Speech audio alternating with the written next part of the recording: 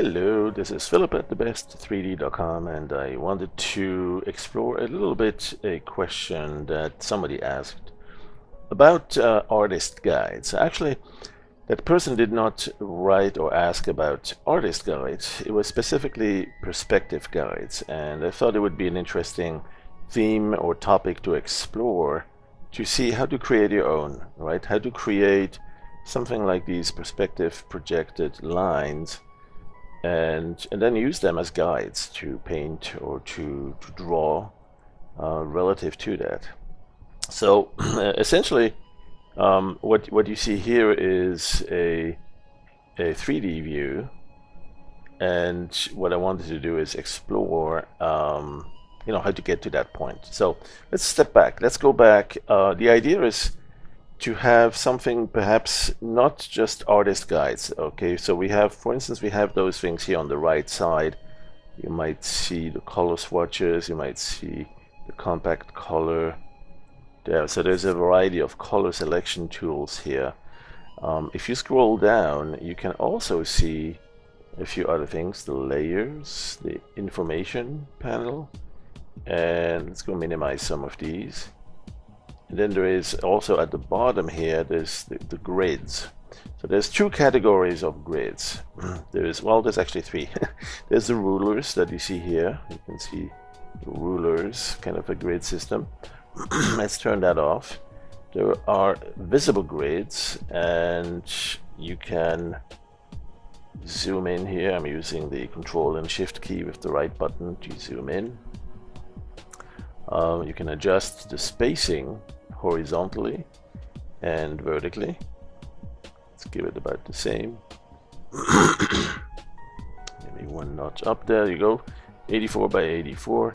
So we have the spacing and the same, and we see them as squares. However, if we zoom out too much, not all of them will show, and you might see a little bit of a little bit of an artifact of aliasing there. That's what happens when you have too many lines there and just not enough pixels to show them.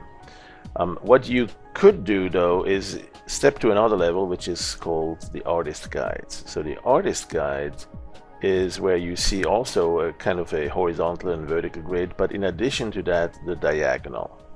Right, so you have diagonal spacing, diagonal lines there, and you can adjust within reason how many of these you get.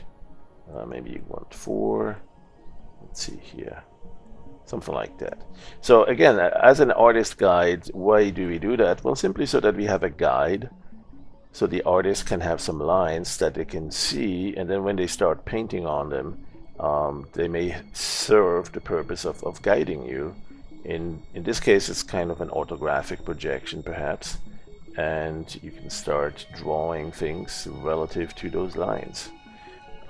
And some imaginary lines too, but in essence, it's a guide to give you a little bit of a hint of where the lines might need to go to follow certain projective rules or whatever you want to use them for.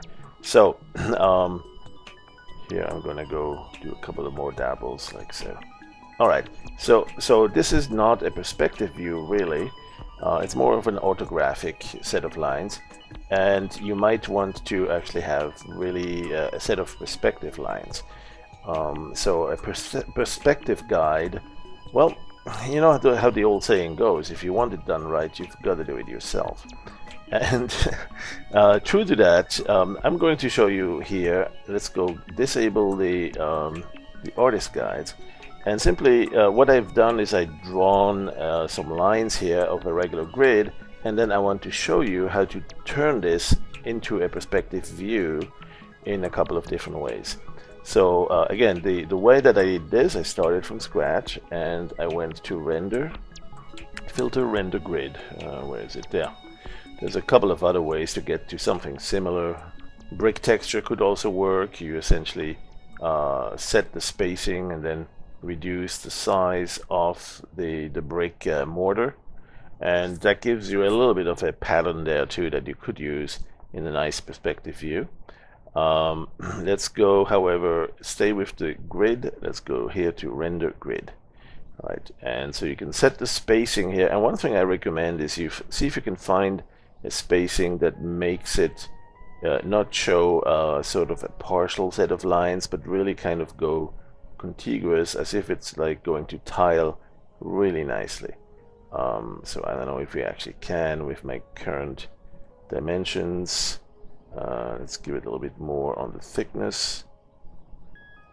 And it really doesn't have to be necessarily exactly that way, that perfect, but it might be useful, it might help. Alright, let's just stay with something like this. Alright, this one might actually work just fine. The thickness, something like that. Alright, let's go give it a black color, and okay that. Alright, so I'm going to store this image. There it is. Store this. And the next thing I'll do is I'll start fiddling with this to turn it into more of a perspective view. I can think of at least 4 ways to do it. So I'll show you 3. Make you languish for yet another way. Alright, so the first one is to find the transform filter collection, transform group, and there is some sort of a rubber sheet. There it is, the rubber sheet mode. Alright, and so you grab the corner up here and put this one down a little bit, put this one down, and go. And so it's cheap. it's a start though, right? It gives you a little bit of a perspective view onto that grid. Alright, and you could essentially, let's click on this to restore the grid. You could do that even more. Rubber sheet once more. Let's go down this much, about like that. And so you can see that, yeah, you could potentially use that to some effect here, but it's not very clean. Let's look at another way. So still in the same group of filters, there could be the 3D designer. I'm going to skip this one. This is the number 4 one that I was mentioning. I'll skip this one. We will go into number 3 will be the puppy ray, but let's do this one first, the 3D perspective. That's another one.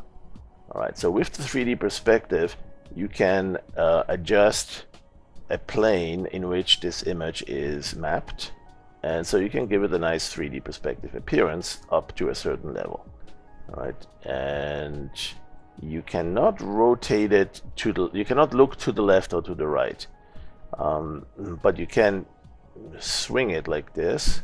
That could add a nice little perspective, and then you can also move the position of these tiles relative to the viewer or to the camera. There's also a repeating option. By default it's enabled, so you could also move this thing. Let's see if we move it away. It's a bit difficult to see because while you're moving it is enabling the tiling, but yeah, here you go. You could certainly use that also to make it a nice perspective view. Okay that. So we have here now number 2, another way to create some sort of a perspective projected set of lines. And of course, you know, you want to use these as artist guides, or in a perspective sense, or perspective guides, if that's what that stands for. You could, for instance, invert it, or no, let's keep it just like this. But we may want to add white all around it here too. So let's go grab the magic, what is it, the turkey baster, there it is, color picker, and pick this white color, and then use the bucket to fill it. That of course might accidentally fill the black lines we have here. It didn't in this case, we're lucky. So let's use that. You know, that could be your artist guide in a perspective sense.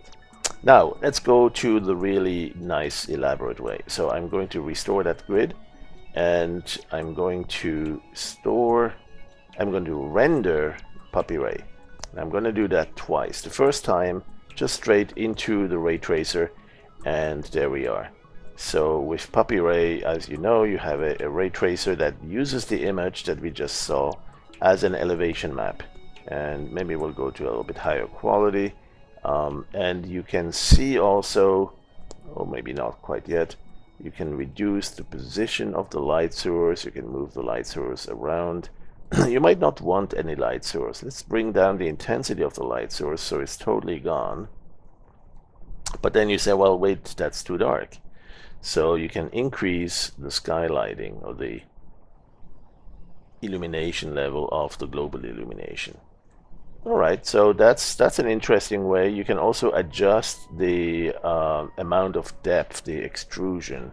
So if you look at this here, this is actually a nice 3D extruded set of blocks, and you can bring it down to the bottom where it's flattening.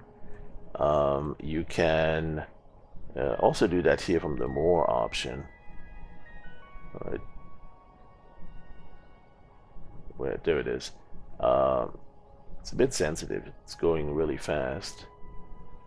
So you could use that to bring a little bit, just a hint of that relief, of that 3D, and then perhaps give it, do the final render, and you would have a nice 3D perspective of that grid.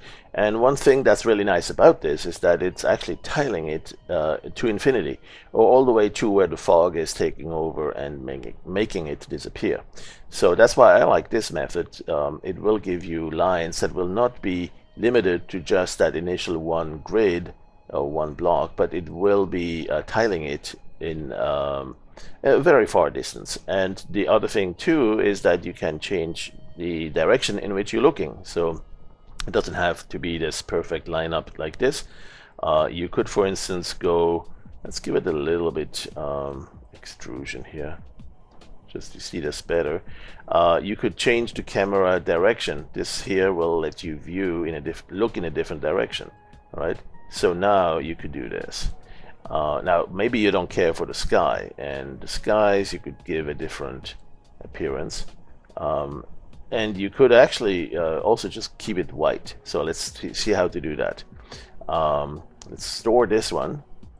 This is an interesting one. Let's do one or two more. Remember, I had to give it a little bit of a extrusion here because I was using this grid as a elevation map. There's also a color map, and all I need to do for that is actually to put it into the swap image. So I'm going to copy that to the swap image, and then that means I don't even need this in the main image. I don't need really a 3D extrusion with the bumpy look to it. I can actually blank that out, and that will be my my elevation map. And so, or I can make it black and it will be low elevation. Either way, when I go to Puppy Ray, you'll see that now there isn't really any extrusion to this.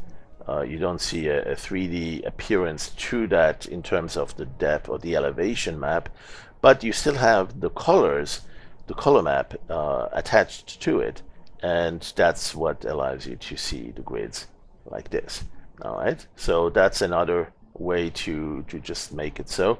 And then there is yet another way to add that background color. Right now, the tinting of the color here on the white part on the grid, obviously the black is from the black lines, but the white part doesn't appear exactly white. It appears at the color that is dictated or controlled by the sky. Right? If you have a reddish sky image, you'll see that you get reddish color on the ground, and so that's why it is a global illumination effect that shines from the entire sky image. So the question now is, how do you change that sky image to be just plain white? And I will do that next. I will say, well, if we erase this image and copy that into the custom brush, that's when you'll have that effect. So I'm gonna go grab this and simply use the selection as mask, as a brush, to select it as brush. So this entire image can be used as a brush. In fact, it doesn't have to be the entire large image. It could be just a small portion of it. With the custom brush selector, I can go and say, let's grab this part, and that's my custom brush image. And I can right click to make it perhaps a little bit more opaque, or see transparency on it. Doesn't matter. It's going to use the colors, not the alpha portion of it. So even if I have it look like this transparent, the actual color of the pixels in that brush image is what it's going to use for the sky. So the RGB channel. So in other words, I can now go to render this again and puppy ray like this, and this time I'll switch to the sky, which is now available, the white sky, right? And so you'll see the white sky like that, and I can go and change the direction in which I want to look for my perspective. You can also change the angle. You see here the camera angle, right? So you can do a little bit of zoom in, zoom out, very wide angle. So a lot of different ways, and then you can also, let's go, yeah, we still have the bluish tint because of the fog. The sky is white, the illumination down here, the global illumination shows white, but we do have a little bit of a bluish tint because of the fog. And what I'll do is I'll simply change the fog color to white as well. White or black or whatever you want it to be. Now you have the distance of the fog that you can change, so the fog level, and you have pretty much a perfect perspective view. Now in this preview, the preview quality, it's a little bit noisy here. It doesn't do the anti-aliasing until you give it a nice final render, and there of course you might want to do that with the software version, the CPU version.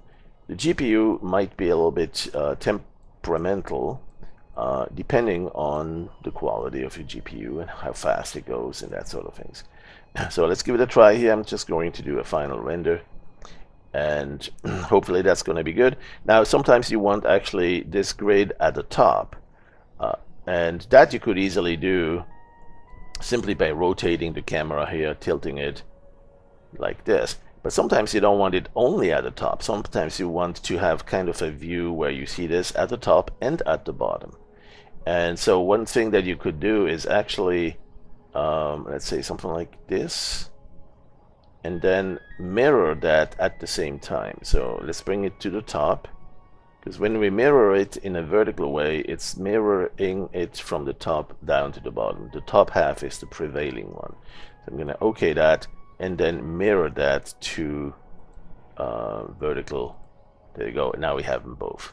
All right. So that's yet another way to do your artist guide. In fact, you can have that mirroring enabled while you do the 3D rendering here on the puppy ray.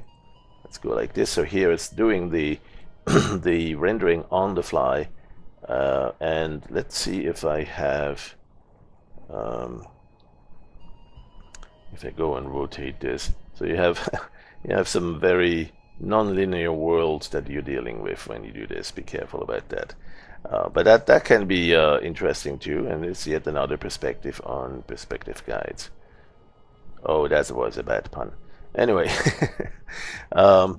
let's do the final render on this one. So I'm going to, for the final one, I'm going to disable the mirror. I'm going to simply clear the mirror status and clear the image. I don't want that. I still have the image in the swap image here. There you go. There's the grid. And I'm going to go transform puppy ray GPU, because I trust I have a GPU that's fast enough. And I'm going to simply render it like this, and a little bit down, maybe with no rotation sideways, and then perhaps reduce the fog, bring it a little bit closer, and do a final render.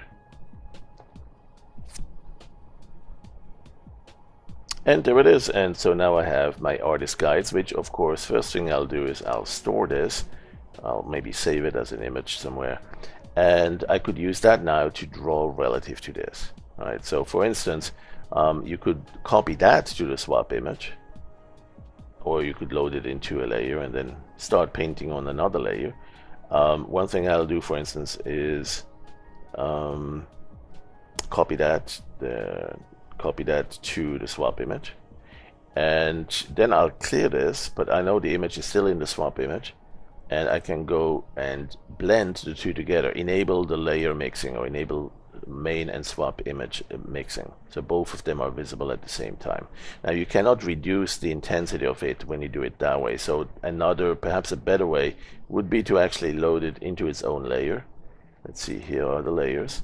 And what we'll do is we'll add a layer here, and we'll put this image into it, and then we'll reduce the intensity of it.